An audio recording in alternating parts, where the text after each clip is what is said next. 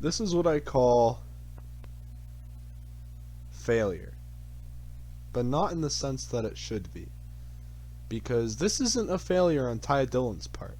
Ty Dillon did everything he could have possibly done to get another race. I'm talking about a failure on NASCAR's part for not making the rules consistent. Now, what am I talking about by the rules not consistent? Well, you see, in dual race number 2, if I can pull it up right here, in dual race number 2, we have David Reagan, who locked himself in on speed, which is fine, because since he locked himself in on speed, he shouldn't have to be considered as a car that is using a spot in terms of go or go home in the duels.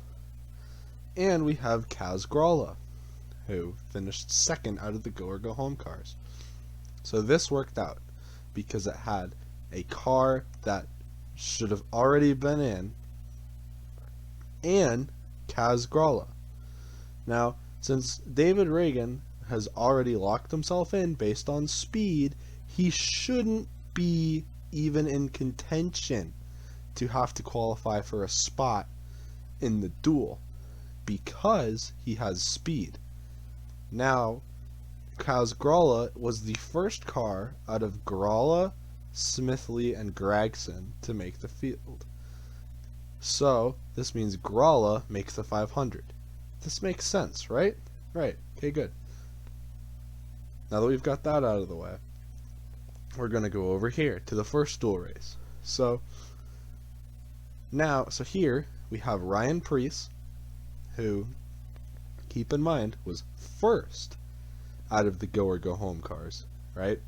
First in qualifying and first in his duel, which means that if things are consistent, like they have been in the past, that Ryan Preece should not be considered for a spot of getting into the field, right?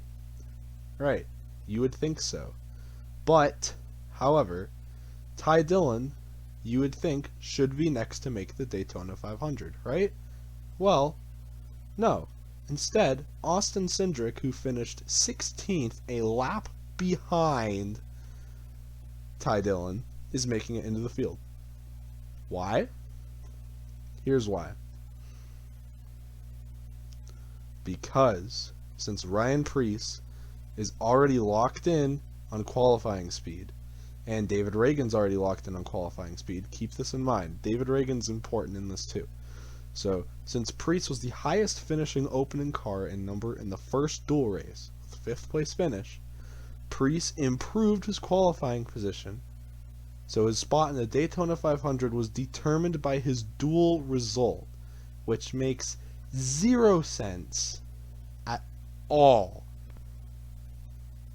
His qualifying spot in the Daytona 500 should be because he A, qualified on time, which means he should now be considered as one of the chartered cars in the duels, which means he shouldn't be considered an open car. So, since Preece qualified on speed, he should have already been locked in. But apparently, since his spot is now determined by his duel result, Cindric, who had the 3rd best qualifying time out of the open cars, is using his speed to transfer into the 500. Even though Ty Dillon, who, by the way, finished 1 spot behind Ryan Preece, and in case you didn't remember, here's that right here. We have, what is that? We have 6th and we have 5th. Right there, Preece and Dillon. And then way down here, we have Cindric. So, you would think that Dillon would make it, but nope, since now Cindric has the speed transfer, Cindric is racing and not Ty Dillon. Now, I don't like any of this, because this is not how it should work. A team should not have to, because it's the Daytona duels. a team should be able to make it in solely based on the Daytona Duels if they haven't gotten into the top 2 spots for the 500 in terms of the open cars. If you're not in the top 2 spots of the open cars, then you're qualifying for a chance to race in the 500. And if you're not in the top 2 cars in the whole field, you're qualifying for a spot. You're already locked in, but you're qualifying for a spot if you have a charter and you're not starting first or second in the race. Now, in the open cars, this is different, it shouldn't be, but you should not get to fall back on your speed if you screw up in the duel. Because this is what happens, is we have Ty Dillon, who threw something together last minute, finished 6th, but lose out because he didn't finish ahead of Cindric in qualifying. So, I think that they need to fix the rule so that it works like it did here. You have the car who locks himself in on speed, be not in contention, and just have the other 3 run for the last spot. Like in this race, that's kind of how it played out. Reagan wasn't really a factor because he'd already made the race. So it was pretty much just Gralla, Smithley, and Gregson racing for the last spot. And it should have been Dillon and Cindric and Hill racing for the last spot here, but nope, fall back on speed, which that doesn't make sense to me. Like, I can see why it would make sense, but that's not how they should do it. That's just stupid. That was a summary of Duel 1. Oh, by the way, Eric Amarola won the race. Good job, Eric Amarola. He deserved the win. It should be a good motivational boost, help him in the 500, and for the rest of the year, because I think he went winless last year. And so now we get into this weird little period here where the Air Titan actually spun out while clearing off the track because there was a rain delay. And yeah, this was a little bit embarrassing for NASCAR as a whole, but that's fine. So what happens is, we go into the duel, and I think it was around lap 33, Chase Briscoe spun out and collected Anthony Alfredo and Kaz Gralla, one of the 4 open cars. Now, Gralla got collected. Smithley was also involved, but he didn't actually hit anything. He just kind of spun around it. Same with BJ McLeod. So it's 5 cars in that wreck right there. Pit stops happen under caution. Everything goes fine. And then this happens, which triggered overtime. This triggered NASCAR overtime. Now, we're going to look at this very carefully. So, we're going to watch it, and then I'm going to tell you what I think about it. So let's turn that on and go here. There's Smithley. Smithley got into Keselowski. Gregson hard in the wall. Okay, so there's no way for me to slow this down, so I'm just going to do it right here.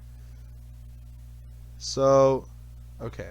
So the announcers automatically said that this was Smithley's fault.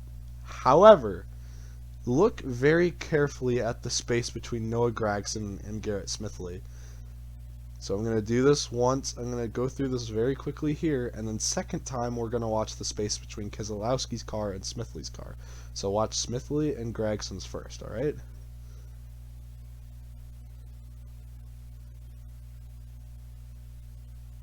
Okay, so now watch the space between Keselowski and Smithley's car.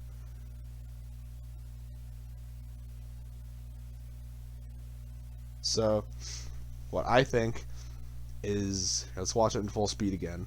There's Smithley. So they were both, Keselowski was coming down, and then as he was coming down, right here, for some reason, Smithley decided to go up. I don't know why. Just, who knows? It's Garrett Smithley. There's no reasonable answer. But Brad Keselowski's coming down, Smithley comes up, and as a result, Smithley turns Keselowski right into Gragson, ending Gragson's chances of making the 500, and effectively ending Smithley's chances. Smithley got into Keselowski. Yeah. You were kind of right, Mike. You're almost right. But Yeah, so that happened, and then we had this really, really, really good run to the finish. This was awesome. I watched this live. This was sick. I'm gonna turn on the sound. Yep, Oh, another Dillon, one they're going to have to get up and block him. Going to have to get up. Here the it comes. inside, yep. There's the block. Dillon to the bottom. Here they come, racing to the line. It is Dillon. Power move right there. Yeah. So Austin Dillon won the duel race, and he did it in beautiful fashion. If we go right back to here, you can actually see that Bubba Wallace got separated from Kyle Busch, and this let Harvick push Dillon all the way around Bubba Wallace. Let's watch this Dillon, they're again. going to have to get up and block So, him. Going to have to get up. Here the it comes. inside, Austin There's the cuts block. down low, Dillon to the bottom. Bubba tries to Here go they and come, shove him racing down to the under the line. line, and this is what I liked about the finish, is Austin Dillon was not afraid, because he didn't want to go down under the line, because he didn't want to get bullshitted by the yellow line rule. So what does he do? He goes up. Is there a playback speed on this? No, there's not. Oh, yeah, there is. So watch this. So he comes up. Dillon to the bottom. Here they come. Yeah. Racing to the line. That was cool. Because Dillon was not afraid about anything. He's focusing on winning the race. I thought this was a great finish. This was awesome.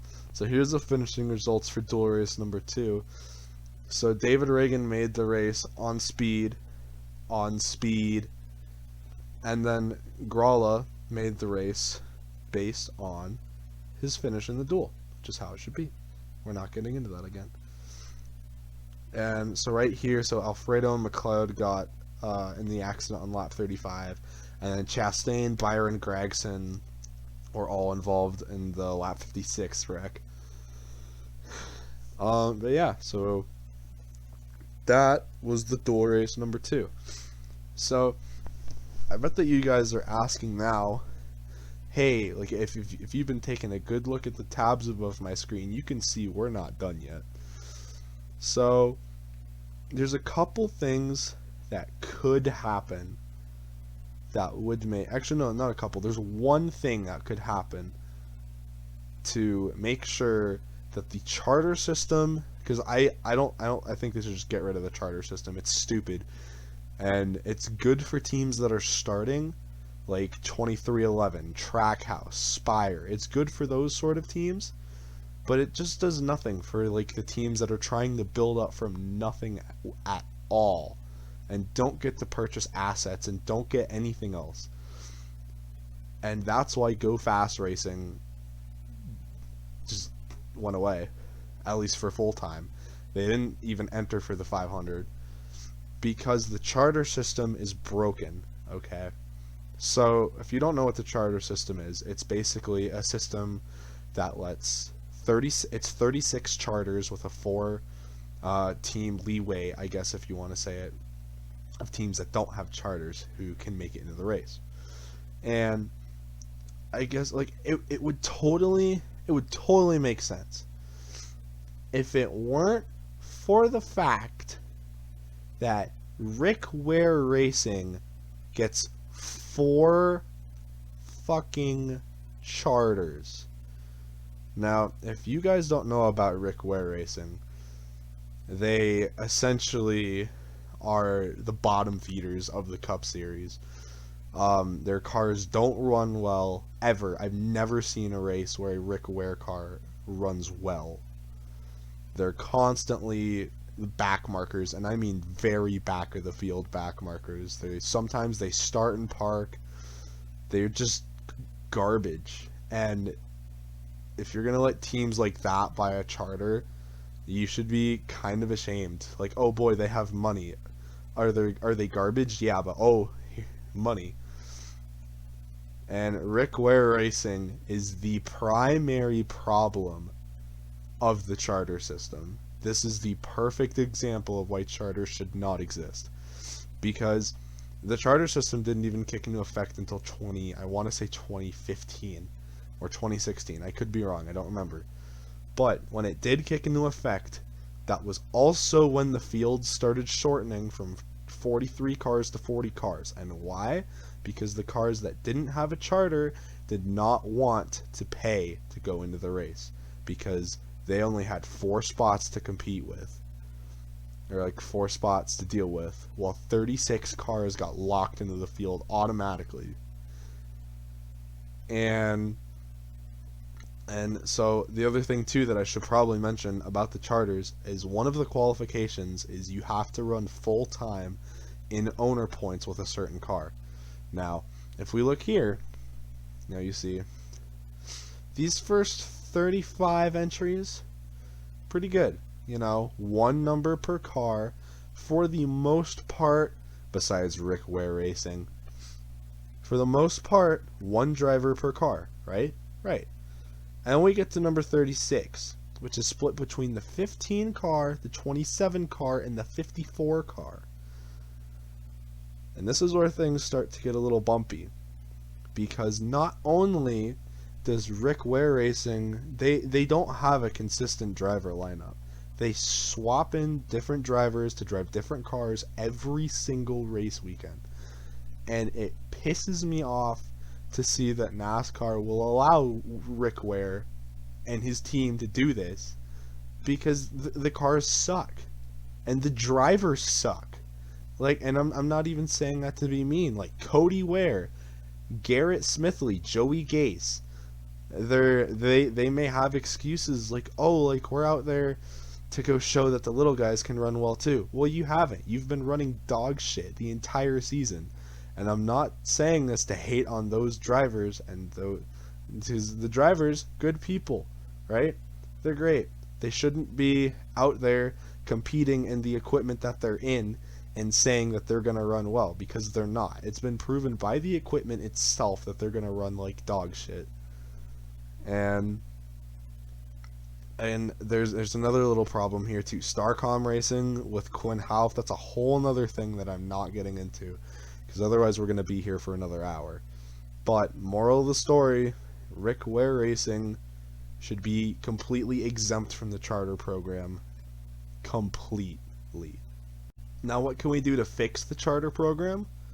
Well, we could go back to regular owner points and regular standings. Isn't that crazy? Because you know what happened in these standings? You didn't have to run full time in order to make the top 35 in owner points. I mean, back then you did, but that's because in this season specifically that I'm looking at here, there were a total, if I can remember correctly, there were a total of, I think, 39 to 40 entries that ran every single race. And that's because they had the funding to do so. And it's a different time now, because back in 2005, these are the owner points, because they had consistent cars. And again, this was a different time. This was 16 years ago. But I reference this season in 2003 a lot whenever I talk about anything, because those 2 seasons were extremely influential. 2005, in my opinion, was the last great NASCAR season, and I'm going to make a whole nother video about that sometime down the road. But more on the owners points. How the owners points worked back then, top 35 in owners points were guaranteed a spot in the field. Now, because of the amounts of cars that were showing up every week, this was fine, because then not only were there 43 cars in the field, so that means 1, 2, 3, 4, 5, 6, 7, 8 cars could have a chance to make the field on time. And most race weekends, there were 46 to 47 cars showing up on race day, which would mean that there were a total of 12 cars qualifying for for one of the 8 spots in the race, which was crazy. But if we want to modernize this format, what we should do is, instead of the top 35, narrow it down to the top 30. Because on average, NASCAR gets about 37 to 38 entries a week for the Cup Series now. Because, you know, less teams, less money, less everything. So if we shorten it down to the top 30 in owner points, and let's go to 2020 owner points. So here's the 2020 finishing owner points. So let's go to right here. Now, something that I want you guys, as you're watching this, to notice is that the top 30, now obviously there's a couple of exceptions. For example, Levine Family Racing would be 2311 Racing, and so on, so forth. What's another example here that I can think of?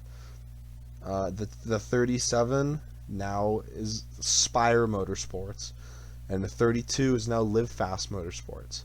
Germain Racing, I think, if I remember, is Trackhouse, but I could be wrong. Correct me if I'm wrong. So, if we make this to the top 30, do you see the entries that it makes race into the field every week? It has Gaunt Brothers, Premium Motorsports, Rick Ware Racing, all 4 entries. We have the 27, the 53, the 51, and the 52 isn't on here, or the 54.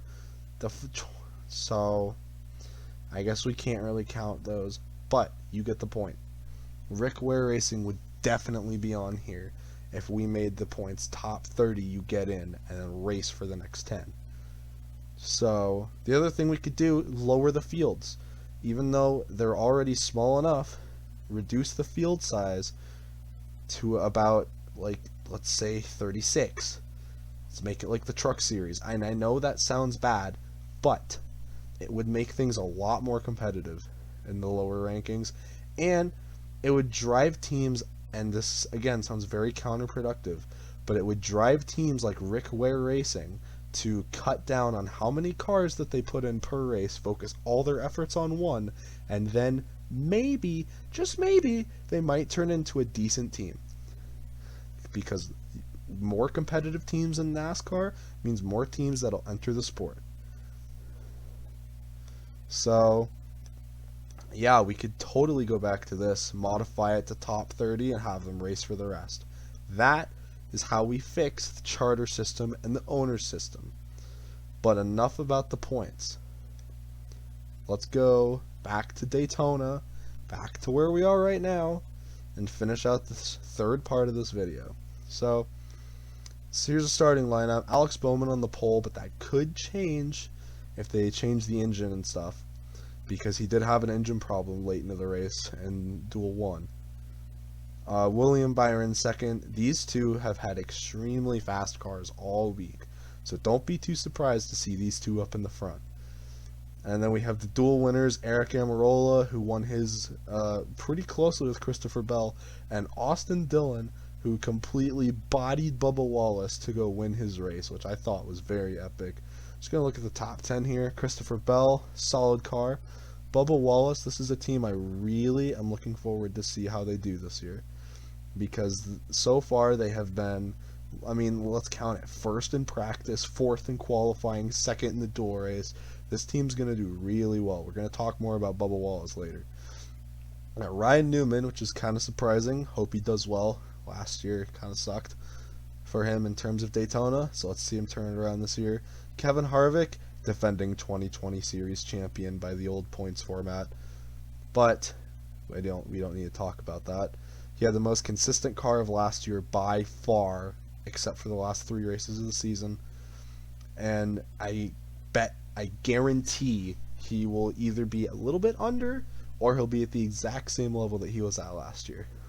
We have Joey Logano in 9th, Kyle Busch in 10th, who I'm kind of hoping has a little bit of a resurgence, because this would be epic if Kyle Busch can pull off the championship this year after going championship, 1 race, 1 season, and then bring it all back together for a 3rd championship. Because he already won the Clash, albeit silly circumstances, but he did win the Clash at Daytona. He's been pretty fast all week, so expect Kyle Busch to be good. And going down the line, we got Ryan Preece in 11th. That team's not chartered this year, which is going to be kind of surprising, so look out for that. Daniel Suarez in the Trackhouse team. This car also looks like it'll be pretty good. We have Kyle Larson, who I'm also going to be watching for this year, see if he improves. Corey LaJoy, 16th in that new Spire car. I think he'll do pretty okay. I really hope he'll do good, honestly. Here we got Matt DiBenedetto, 23rd, racing for a ride again. I think it is going to be the 4th time he's had to do this, and so he'll be really interesting to watch this year. Then as we go down the line, we've just got Rick Ware, Starcom. We have Austin Cindric, though, who, even though I personally don't think he should have made the race, I want to see how he does in the Penske car, given that he's going to drive the Wood Brothers car next year. So keep an eye out for Austin Cindric. Now, we're going to do something that I haven't done. I don't think I've ever done this on the channel. So I'm going to make 5 picks for the Daytona 500. So, first off, Denny Hamlin. Denny Hamlin has won the last 2. Has it been the last 2? No, he just won last year. He won last year's, and I think he won the one in 2016. I want to say, was it 2016? I think it was 2016. That he won the Daytona 500 with that photo finish with Martin Truex. That was a great year. And then last year, obviously, he won it with the Ryan Newman crash and everything. But keep in mind, he's won 2 Daytona 500s. That's kind of nuts, considering that most haven't even won 1. And even then, it's hard to have a repeat winner of this race. And he was second most consistent driver last year, matched Kevin Harvick, and it was kind of a little bit in his shadow for the middle part of the season. He made the championship 4, unlike Harvick, but that was also because Harvick had an extremely abysmal eliminator round. So I think that we're going to see some really good things out of Denny Hamlin this year. And on to my next pick. Next pick's Austin Dillon. Again, we saw how he won his dual race earlier. I think he's going to do great this year. He's shown the speed in speed weeks. He finished out the year really, really strong last year. Had that run at Darlington where I think it was Eric Jones that he was racing with. No, it wasn't Eric Jones. I don't remember who it was, but either way, he ran second at Darlington last year. And that really cool number 3 throwback, showed a lot of speed, won at Texas. I think he's going to do great this year. Austin Dillon's one of those drivers that just keeps getting better and better every single year. So I'm pretty excited for what Austin Dillon's going to do. After that, I already talked about these two a little bit earlier, so I won't go into too much detail, but we've got Alex Bowman and William Byron. These two were on the front row last year, but switched because it was Byron who had the pole and Bowman who was second. And in, I think it was 2018, Bowman had the pole again. So Bowman's got 2 poles for the 500, which is pretty nuts. And this is the 4th straight year he'll start on the front row for the 500, which again is crazy. It's the most all-time of drivers who have started on the front row in consecutive seasons.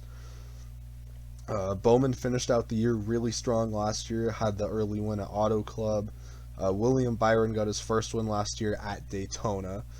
And Byron's always just really good at Daytona, so expect him to be up in the front. Bowman might not be too much of a factor in the front, but that isn't to say, because he had the engine and everything. If they do decide to change that engine, expect Bowman to be up in the front. Otherwise, it might be a little bit questionable. And now on to the final pick for the Daytona 500, we've got Bubba Wallace. Now, I'm not the biggest fan of Bubba Wallace, but, I mean, that's for reasons. No, not because he's black. That has nothing to do with it. I think Bubba Wallace is a pretty good person. I'm just not the biggest fan of him. However, I will say Bubba Wallace has been the driver that has shown the most improvement over the last 2-year span. Because 2019, he wasn't doing much for himself. I don't remember where exactly he finished in points, but I know it was not good. And last year, he completely turned it around. Like, he started getting more top 10s, more top 15s. I think he had more top 15s last year than any other year. He showed really good speed, especially at short tracks. In both of the Martinsville races, he was doing very well. And when he signed this deal with 2311 to become the new driver, again, I thought it was great. Like, and what more exposure could they want than bringing Bubba Wallace onto the team? He has so much sponsorship, so much. He just has a lot. He has a lot of personality. And the other thing too, we saw this in his interview tonight. For those who watched the second Daytona duel, he's very hard on himself, which to an extent is a good thing for a driver of his kind, because that he's acknowledging that he has a lot more room to grow, which he does. Because if he was driving, like, for example, like how Denny Hamlin and Brad Keselowski have driven in the past to win super speedway races, if he drove like that, he would have won his duel race tonight in that last corner, or last couple of corners. But and again, this car has shown extreme speed. He wasn't driving it in the Clash, so we can't exactly count that. But in practice, first in practice, fourth in qualifying, second in the duel race, Bubba Wallace has an extremely fast car. And even though this is just on super speedways, we haven't seen what it can do on 1.5 miles and short tracks, and especially the I think it's 7 or 6 road courses on the schedule. I think we can expect Bubba Wallace to either make the playoffs or be just short of the playoffs without a win, unless he decides to break through and win a race at one of these super speedways.